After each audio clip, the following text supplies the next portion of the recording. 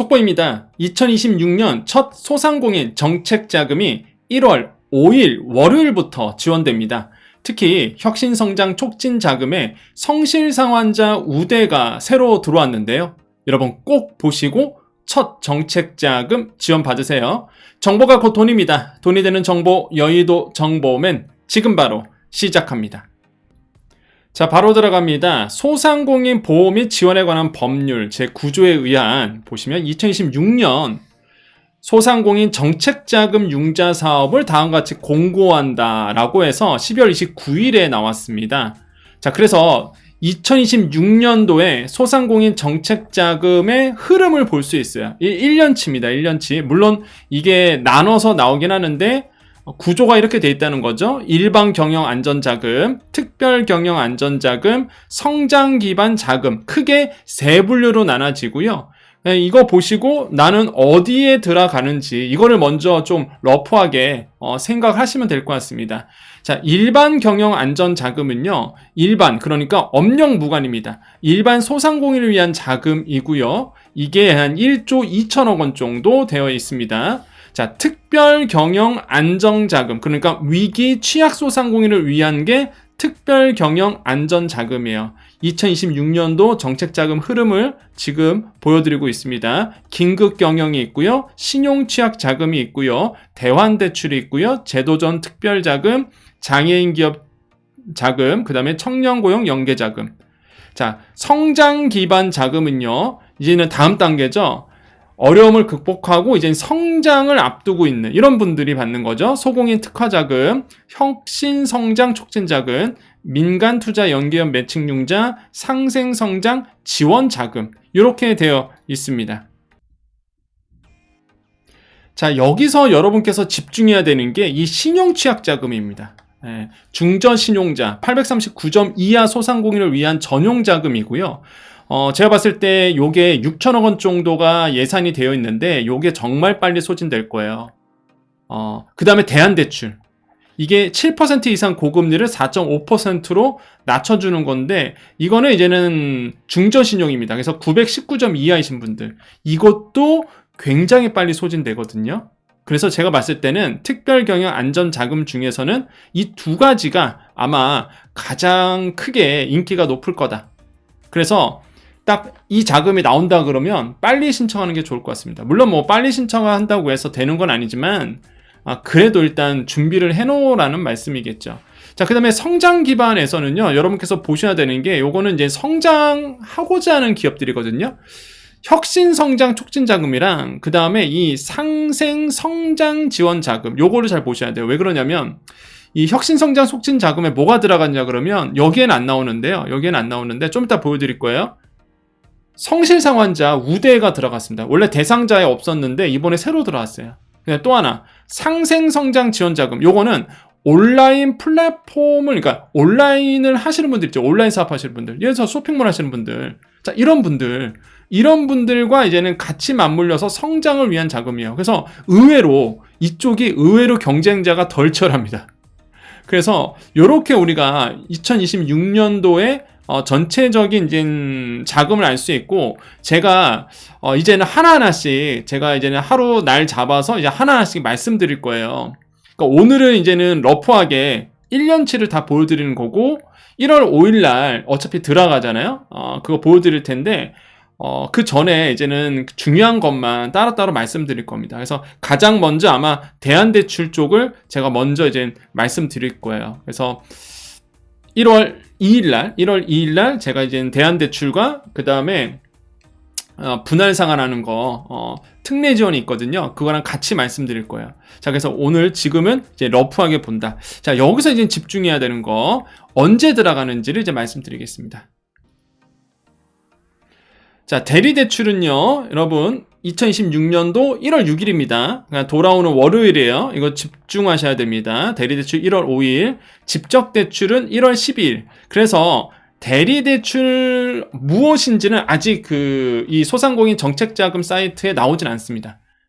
오늘이 이제는 12월 31일 마지막 날이거든요. 한 해 마지막 날인데, 이렇게 접수 시기는 나와 있는 상태에서 구체적으로 이 대리대출 어떻게 들어가겠다는 아직 안 나온 상태인데 아마 뭐 1월 2일에는 나오겠죠. 그래서 제가 나오는 대로 말씀드릴 거고요. 일단 1월 5일 집적대출은 1월 12일에 이제 접수를 개시한다는 거에서 첫 정책자금입니다. 많이 풀립니다. 첫 정책자금은 항상.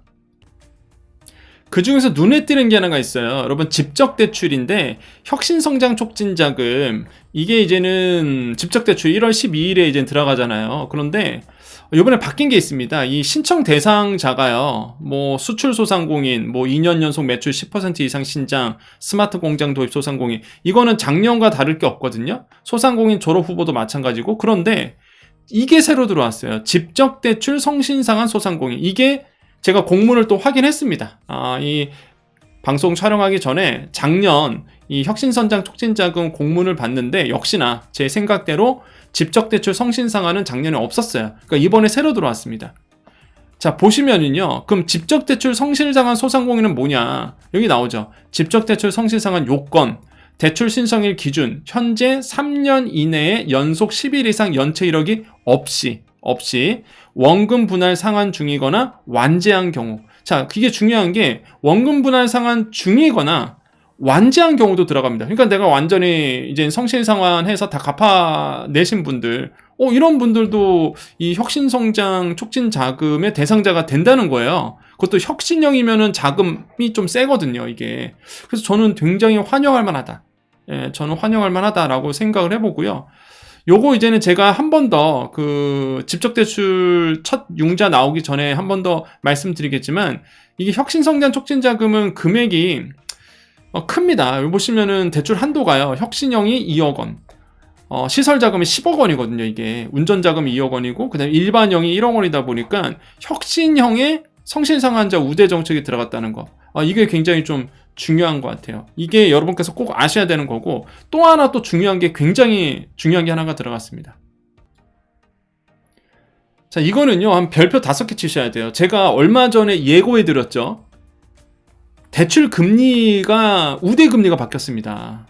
이거는 저는 굉장히 파격적이라고 봐요. 어떤 거냐면, 여러분, 정책자금에서 이제 대출 금리가 있습니다. 근데 거기서 우대 금리를 주거든요, 정부는.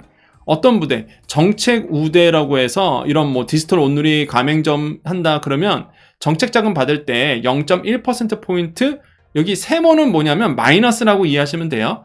우대금리, 한마디로 내가 받을 금리에서 마이너스 쳐줍니다. 그냥 금리가 내려가는 거예요. 정책 배려, 사회 안전망, 성실상환. 성실상환도 작년에 처음 들어왔죠.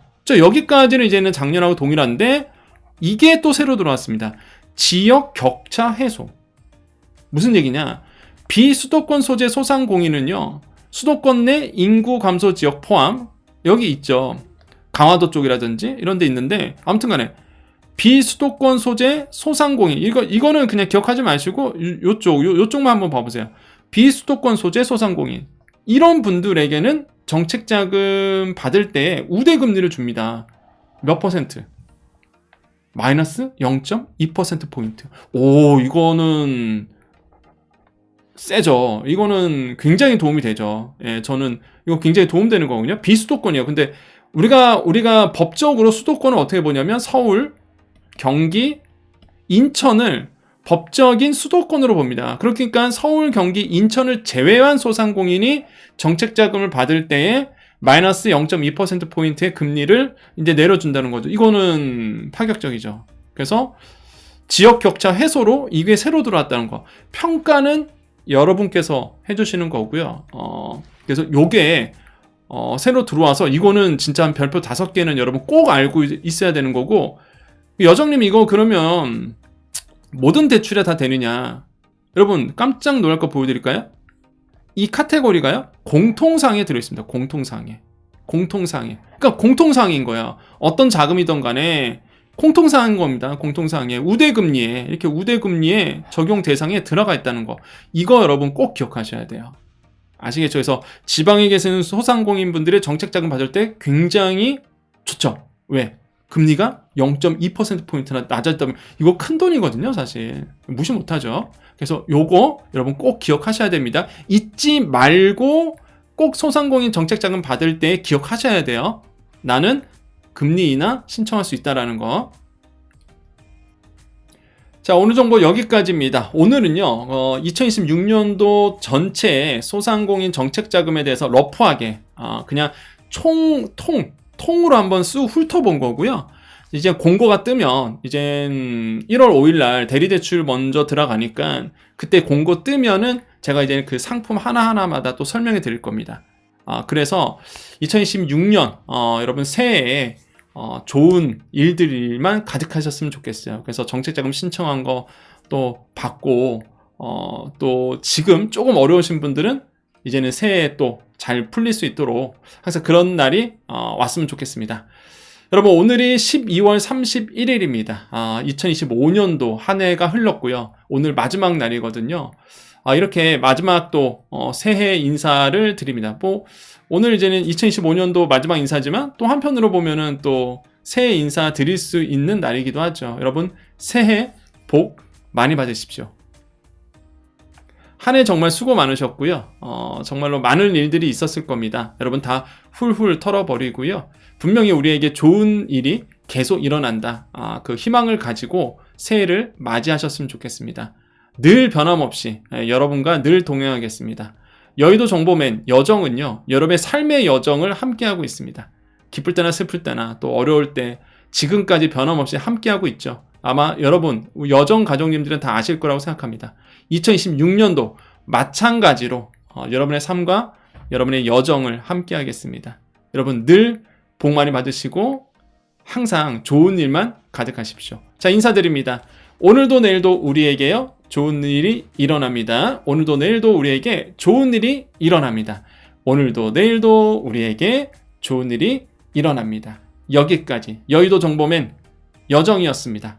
감사합니다.